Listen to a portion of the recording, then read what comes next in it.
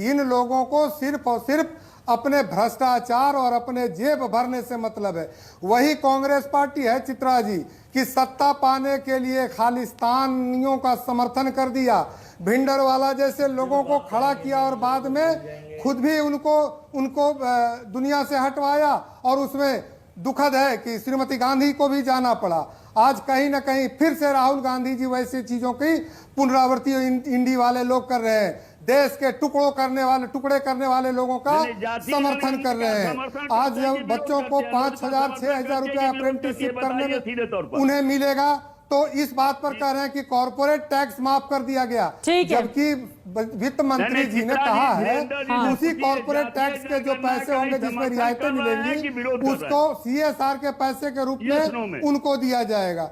और पिछड़ों की नौकरी की बात करने वाले लोग, इन लोगों ने तो जो भ्रष्टाचार मचाया है कि आधे लोग बेल पे और आधे लोग चित्रा जी जेल पे है, पूरा देश जान रहा है। और अगर ये जातीय गणना का इतना ही इनको दर्द और फायदा होना था, दोनों लोग बोलेंगे भैया तो कैसे समझ में आएगा। ठीक है, थोड़ा आगे बढ़ते हुए स्टूडियो में चूंकि अजय वर्मा जी आए हैं, क्लोजिंग कमेंट ले लेते हैं। अजय वर्मा जी, ठीक है सर, अब हो गई आप लोगों की बात। अजय वर्मा जी, आप कांग्रेस को सपोर्ट करते हैं, इस वजह से मेरा सवाल है, आज जब राहुल गांधी ये बोल रहे थे, हलवा सेरेमनी की फोटो देखे जब देश का हलवा बट रहा था, इसमें कितने OBC हैं, कितने वो हैं, बजट तैयार करने वाले लोगों का जब चुनाव होता है तो क्या उसमें जाति देख के चुना जाए कि भैया इस जाति के इसको लेकर आओ, इस जाति के इसको लेकर आओ, इस जाति के इसको लेकर आओ, ऐसा होता है क्या? चित्रा जी, जो संविधान हर जगह बांटने वाली जो देश में नहीं बांटने का काम तो देश की सरकार करती है। 2 मिनट पहले मैं उनकी बात बताऊं, जो प्रवक्ता LJP की कह रहे थे, आदरणीय मोदी जी यदि पिछड़ी जाति में नहीं थे, जब वो मुख्यमंत्री थे तब उन्होंने संविधान उसको संशोधन करा और उसमें चेंज करा। जो 4-5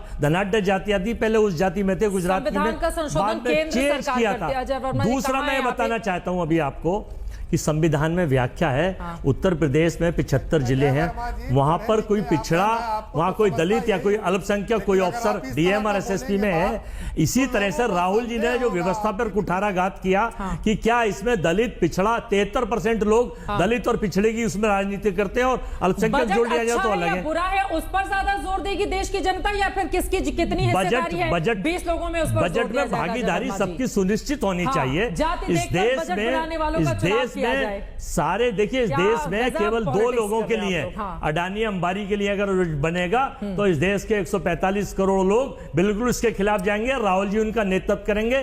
MSP किसानों को मिलनी चाहिए, रोजगार युवाओं को मिलना चाहिए, सुरक्षा महिलाओं को मिलनी चाहिए और मध्यम वर्ग के लोगों को व्यापार मिलना चाहिए। हमें इतनी ही की इजाजत देता है। आप तमाम मेहमानों का बहुत, एक तो जातिगत गणना के मुद्दे पर आप लोगों को घेर रहे हैं, MSP के मुद्दे को लेकर आप लोगों के सामने सवाल खड़े कर दिया और इन सब के इतर चक्रव्यूह की बात करते हुए ये कहा कि महाभारत काल में 6 लोगों ने चक्रव्यूह रची थी। मौजूदा वक्त में 6 मोदी, प्रधानमंत्री नरेंद्र मोदी के साथ ही गृह मंत्री अमित शाह का नाम लेते हुए बीजेपी पर तंज कसते हैं। सबसे पहले आज जो उन्होंने जवाब दिया है सदन के भीतर, उस पर आपकी टिप्पणी। चित्रा जी, नर्वस 99 के शिकार श्रीमान राहुल गांधी की खिसियाहट, बौखलाहट और नियमों की अनदेखी का बचकानापन उनके सारे भाषण में स्पष्टता से परिलक्षित हुआ है। श्रीमान राहुल गांधी चक्रव्यूह नहीं चक्रमव्यूह में है। इस चक्रमव्यूह में जहां जो है 44, 52 और 99, इसके आगे उनकी पार्टी बढ़ नहीं पा रही है। इसलिए अब MSP की उन्होंने बात की। आदरणीय शिवराज सिंह चौहान जी, केंद्र के कृषि मंत्री जी ने बाकायदा संसद में 2007 में किस तरह से UPA 1 के कृषि मंत्री KV थॉमस ने किस तरह से कहा था कि हम जो हैं, जो समिति ने रिपोर्ट दी थी, सुरोनियम समिति ने, उस समिति की रिपोर्ट को हम लागू करने की स्थिति में नहीं है। हम MSP की गारंटी नहीं दे सकते हैं। हम कॉस्ट प्लस 50% जो है वो स्वामीनाथन आयोग की रिपोर्ट के अनुकूल जो है, हम उनकी सिफारिशों को नहीं मान सकते। ये संसद में राहुल गांधी की माताजी जिस सरकार का नेतृत्व कर रही थी, उस सरकार ने संसद में कहा, तो एक आदमी किस तरह से संसद में खड़े होकर झूठ बोल रहा है, ये सिद्ध हुआ। दूसरा, उन्होंने अभी हलवा सेरेमनी की बात कही कि पिछड़े समाज का कौन व्यक्ति है, तो चित्रा जी, उनकी आंखों पे ऐसी पट्टी बंधी हुई है कि वित्त राज्य मंत्री है ना पंकज चौधरी जी, पंकज चौधरी जी पिछड़े समाज से आते हैं, महाराजगंज के सांसद। पंकज चौधरी जी जो हमारे महाराजगंज से सांसद हैं, 7वीं बार के सांसद हैं, वो पिछड़े समाज से आते हैं। हाँ, लेकिन राहुल गांधी के बात कर ट्यूटरों रहे ने थे। उनको ये बताया नहीं वो होगा। अधिकारियों की तो बात जब कर रहे थे ट्यूटर कि उनको अधिकारियों बताएं- में जिन लोगों ने नहीं, बजट भाई, तैयार जब किया है वित्त उसमें राज्य नहीं मंत्री है। वित्त हाँ। अब अधिकारियों में भी समझ लीजिए, अधिकारियों में भी समझ लीजिए चित्रा जी, 1992 की बैच के पहले का कोई व्यक्ति जो है सेक्रेटरी बन नहीं सकता है। तो 1992 के पहले किसकी सरकार थी? तो ये अपराध किसका है? नेहरू जी का, इंदिरा जी का, राजीव जी का। तो ये अपराध जो है एक और सवाल का जवाब मैं आपसे लूंगी, उसके बाद बाकी मेहमानों के पास जाऊंगी। प्रेम शुक्ला जी, ठीक है। देखिए, महाभारत के दौरान युद्ध को जीतने के लिए कई प्रकार की व्यूह रचना की गई, जिसमें से एक चक्रव्यूह है। कई सारी व्यूह रचना दोनों ही पक्षों की ओर से, कौरवों की ओर से भी, पांडवों की ओर से भी कही गई, जिसमें से एक चक्रव्यूह है जिसका जिक्र बार बार किया जाता है। लेकिन यहां पर एक अलग तरह की व्यूह रचना जातिगत जनगणना के मुद्दे पर आप लोगों को लेकर कर दी है प्रेम शुक्ला जी, और सबसे ज्यादा फोकस मौजूदा वक्त में कांग्रेस पार्टी, राहुल गांधी इसी जातिगत जनगणना पर दे रहे हैं। तो क्या यह गले की फांस बन सकता है बीजेपी के लिए? प्रेम शुक्ला जी। जी बिल्कुल नहीं। जातिगत जनगणना बंद करने का कुकर्म जवाहरलाल नेहरू का था। जातिगत जनगणना नहीं होनी चाहिए, जाति आधार पर आरक्षण नहीं होना चाहिए था। ये मुख्यमंत्रियों को पत्र नेहरू जी लिख रहे थे। मंडल आयोग की कमीशन को दबाए बैठी थी श्रीमती इंदिरा गांधी। मंडल आयोग की सिफारिशें लागू हुई तो इससे जाति विद्वेष फैलेगा, ये संसद में राहुल गांधी के पिता राजीव गांधी कह रहे थे। संसद में आपने जो है लगातार विरोध किया। उसके बाद जो है जातिगत जनगणना 2004 से 14 में क्यों नहीं कराया? और जब कराया तो जाति सर्वे का जो है रिपोर्ट क्यों नहीं रिलीज किया? उसमें त्रुटियां थी, ये इनके सामने आई, क्यों नहीं रिलीज किया? इन्होंने प्रकाशित करने का काम क्यों नहीं किया? किसने इनसे? और अभी जो है मैं जवाब ले लेती हूं। सर्वे कर्नाटक में किया, आज तक दबाए बैठे हैं। हाँ। किसने इनको रोक रखा? अजय वर्मा जी, आप कांग्रेस पार्टी को सपोर्ट करते हैं, इसी वजह से मेरा ये सवाल है। उसके बाद मैं बाकी मेहमानों के पास जाऊंगी। मनोज काका जी भी बड़ा मुस्कुरा रहे हैं। चित्ररंजन गगन जिनका आप वो सही कर ले, आरएलडी नहीं आरजेडी होगा। लेकिन अजय वर्मा जी, आपके पास आते हुए मेरा आपसे ये सवाल है, अजय वर्मा जी, आप लोगों ने 2011 में जाति गणना हुई थी या नहीं हुई थी? यूपीए के शासनकाल में हुई थी।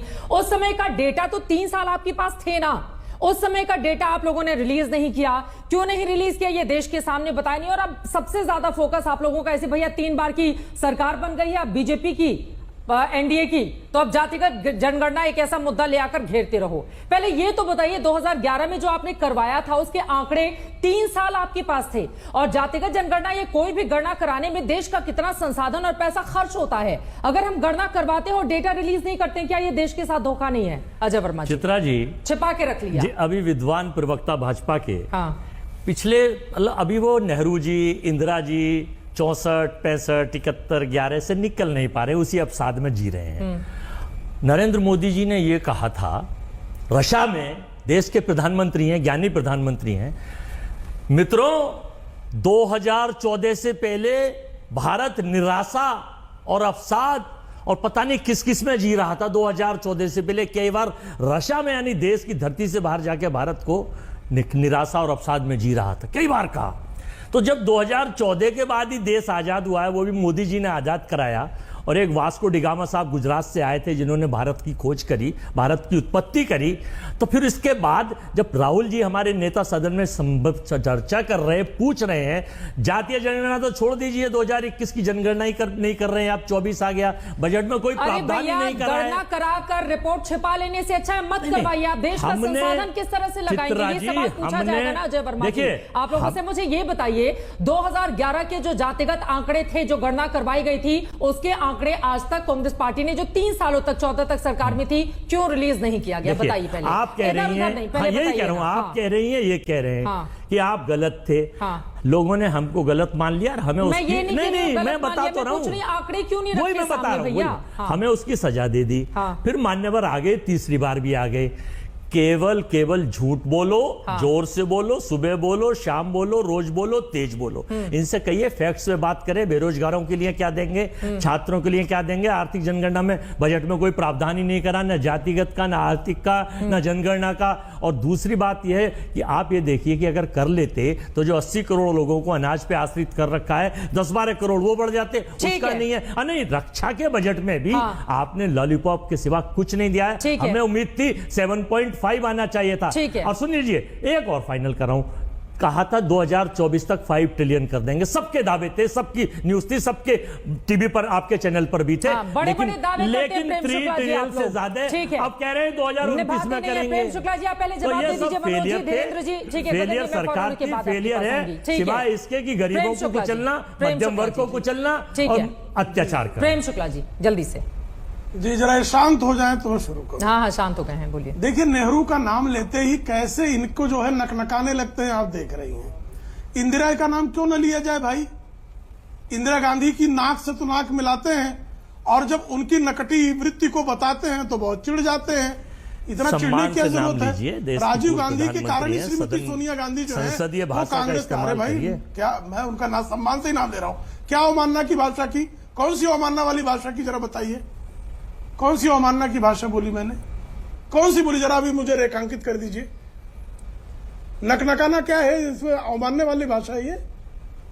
ठीक है बोलिए। इसका मतलब क्या समझा? बाकी लोग भी इंतजार कर रहे हैं। ठीक है क्या? शुक्ला जी नहीं, अनायास हस्तक्षेप कर रहे हैं वो। देखिए किस तरह से जो है झूठ बोलना और बारंबार झूठ बोलना, यही कांग्रेस का चरित्र हो गया है। अभी इन्होंने जो है एजुकेशन बजट की बात की। 2013-14 में इन्होंने एजुकेशन बजट था इनका 74,000 करोड़। इस बार का एजुकेशन बजट है 1.48 लाख करोड़ प्लस 2 लाख करोड़ जो है जो इंटर्नशिप के लिए एम्प्लॉयमेंट जनरेशन की दी जा रहा है वो अलग। इनके बजट से 2 गुना बजट है, लेकिन ये बजट कम है। अब इनकी स्थिति है बिना अध्ययन करके आने का यही परिणाम होता। ना तो राहुल गांधी जी अध्ययन करने को तैयार है, न कांग्रेस पार्टी अध्ययन करने को तैयार है, न कांग्रेस के समर्थक अध्ययन करने को तैयार है। साहब मुझे कृपा करके बताइए ना, कितने ट्रिलियन की इकोनॉमी आप छोड़कर गए थे? और जो आप औसात की बात कर रहे हैं, फ्रेजाइल 5 टर्म जो है ये किसने दिया था? ये क्रेडिट एजेंसीज ने दिया था वर्ल्ड वाइड। चित्रा जी मैं गलत कह रहा हूं तो टोकिएगा मुझे। फ्रेजाइल 5 भारत की अर्थव्यवस्था को ये टर्मिनोलॉजी किसने क्वाइन की थी? भारतीय जनता पार्टी ने क्वाइन की थी। ये वैश्विक जो क्रेडिट एजेंसीज हैं, जो रेटिंग एजेंसीज हैं, उन्होंने कहा था। ये सत्य है कि नहीं है? 4.6% पर ग्रोथ रेट छोड़कर गए थे और कोविड के बावजूद आज दुनिया की सबसे तीव्रतम अगर कहीं पर ग्रोथ रेट है तो भारत में। ये सत्य है कि नहीं है? आरबीआई के आंकड़े बता रहे हैं कि 6.5% रोजगार हमने दिया। 10 वर्षों में 2.8 करोड़ को हमने रोजगार दिया। अर्थव्यवस्था की बातें कर रहे थे। जब रोजगार का मुद्दा उनके सामने